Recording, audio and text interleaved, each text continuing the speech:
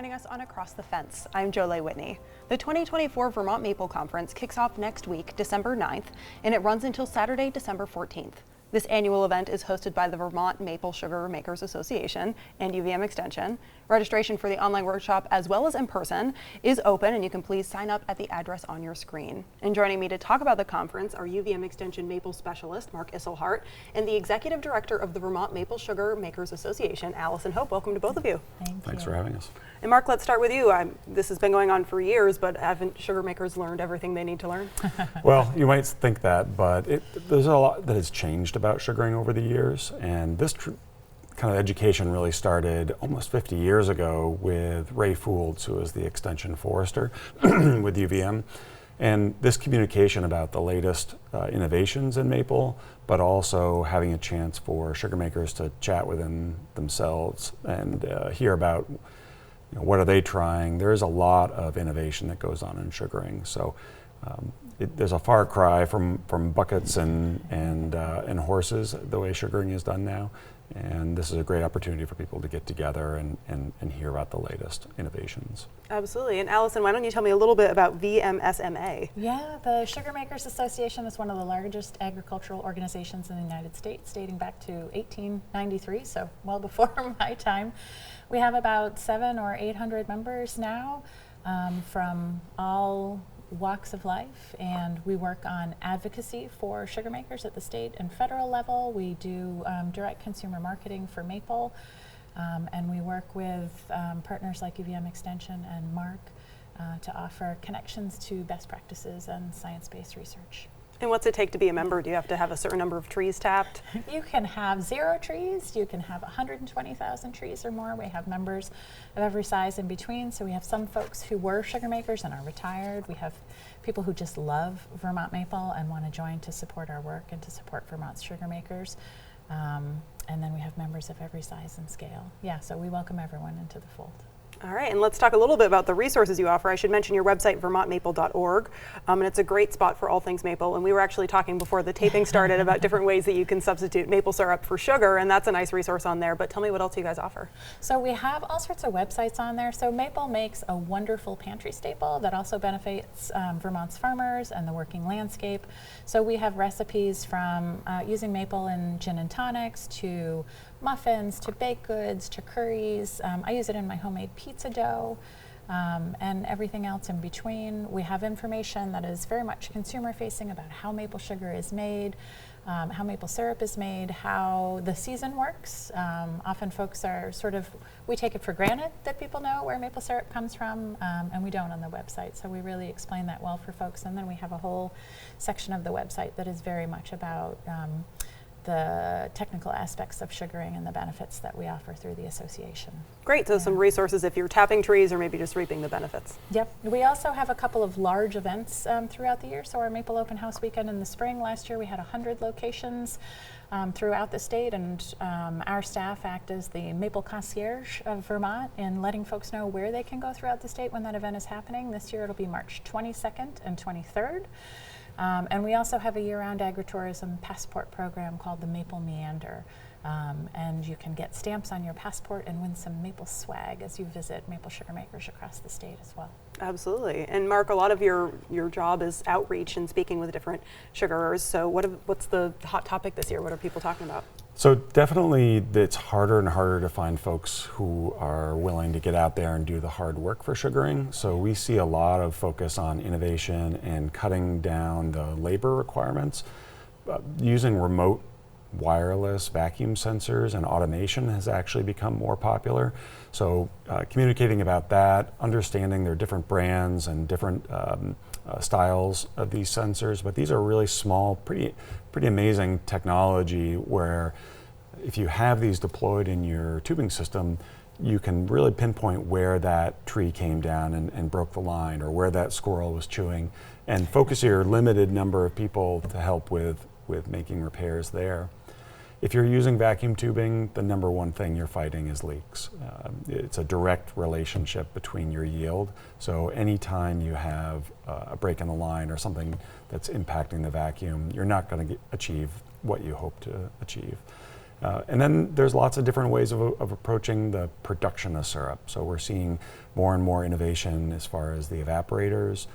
The classic evaporator really hasn't changed a whole lot in 100 years or more, and now we're seeing some of the larger operations use steam to evaporate rather than a classic evaporator. So hearing more and more about that, and also just a wide range of scale. We're seeing a lot of people getting into it because they really want to have this connection to this amazing product. So the manufacturers are really focusing some of this technology on the really small operations. And now let's talk about the workshop that's kicking off the conference, which is about maple syrup quality. So with a lot of changes to the environment and also the economy, how are people still maintaining maple syrup while meeting their bottom line? Right, so quality is critical. You can't have a product and expect consumers to pay top dollar for something if it doesn't hit the target as far as the color, clarity, density, and flavor are the 4 regulations for grading syrup quality. So I'm part of a program along with a colleague from UMaine Extension where we do a full day, very concentrated bit of training for those basics of grading. And we have producers who come who have been doing it for decades and people who are just getting into it. And they all come away with a better understanding of not only what the regulations are, but the tools and understanding the precision of these instruments and how it's quaint to hold up the scoop and have the syrup dripping off, but that's not a very precise instrument. And understanding the influence of temperature, all these things that really impact what the consumer gets and making sure they get a high quality, consistent product. So we'll spend all day. We have 20 students enrolled. Actually, there's a waiting list of over maybe 5 or 6 people on the waiting list. And so it's a very popular thing, especially in Vermont. We have people who take the quality quite seriously. So we'll be delivering all day programming, and then we'll move on from there. Great. And Allison, is it VMSMA? VMSMA. I want to get it right every time. So you're having your annual meeting at this conference as well. So what are some things that you're really hoping to highlight? So we highlight at our annual meeting the advocacy that we've, and the relationships we've formed at both the state and the federal level. So we tell our story not only to our congressional delegation and their staff and take them out to sugar makers to get them to know the community. We talk to House and Senate committees about sugaring and about the kinds of things that Mark is talking about. We usually bring Mark along with us for the science-based questions as well. We've been partnering with NOVA Vermont, UVM Extension, Proctor Maple Research Center, Audubon, Forest Parks and Rec, and the Agency of Agriculture this year. And so we talk about where those partnerships are headed and the overlap of the work that everybody's doing to benefit sugar makers and the working landscape.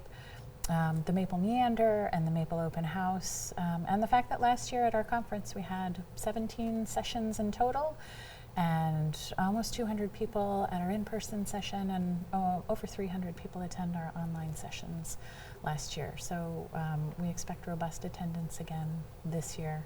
We had some really great sponsors. We started a new sponsorship program this year for the conference. And we got some additional funding from the Agency of Agriculture that we're very grateful for. And we have LaPierre, one of the equipment manufacturers, as our gold sponsor this year. So great. We'll talk about that a little bit as well. Absolutely.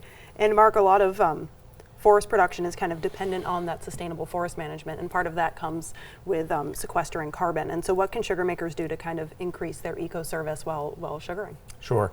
And even that has really changed too, where it used to be your sugar bush was sort of just that collection of maple trees where you were going out, collecting the sap and maybe a little bit of firewood. There's much more recognition of how important a healthy forest ecosystem is to not just your sugaring, but also water quality, air quality, all these things.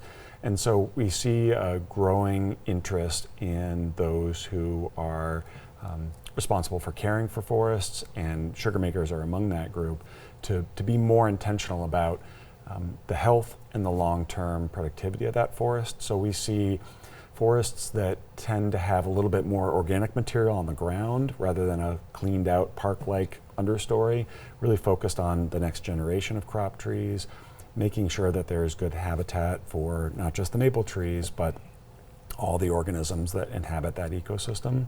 We're really lucky to have Dr. Tony D'Amato, who's the chair of the forestry department, leading a presentation on forest carbon in your sugar bushes. And another thing that we've been doing for a long time is really trying to engage professional foresters. So all the program is approved for continuing ed credits through the Society of American Foresters. And we're really trying to draw out more and more conversations between those who are really focused on the forestry side of maple with the production side to kind of grow our understanding. All right. And we only have a couple minutes left, Allison, but I have to ask, maybe because maple tastes really good, we kind of forget that it's a food product, but what does this kind of focus on when it comes to food safety to avoid contamination? We have a number of sessions that are going to look at that, and that we kick it off with the quality school as part of that, but we're going to have a presentation about mold in maple and how to reduce that and what it actually means. Our science of yore doesn't really come into play here, so folks from UMaine will be offering some information on that, how to store your sap to make sure it stays cool so it doesn't ferment and it stays high quality to make the high quality syrup that our sugar makers are known for. And we'll also have a whole session on Sugar House certification, which is our in-house third-party program for food safety, and how to go through that program and be ready for our inspection. Great. Yeah. Thank you both so much for joining us. Thank you. Thank you. And the 2024 Vermont Maple Conference starts on Monday, December 9th, and you can sign up for online or in-person workshops, and you can visit the address on your screen. There you'll find a schedule of workshops, cost, and contact information. And that takes care of Across the Fence for today. My thanks to the crew behind the scenes here who make our program as sweet and sticky as possible. I'm Jolie Whitney. Have a good one.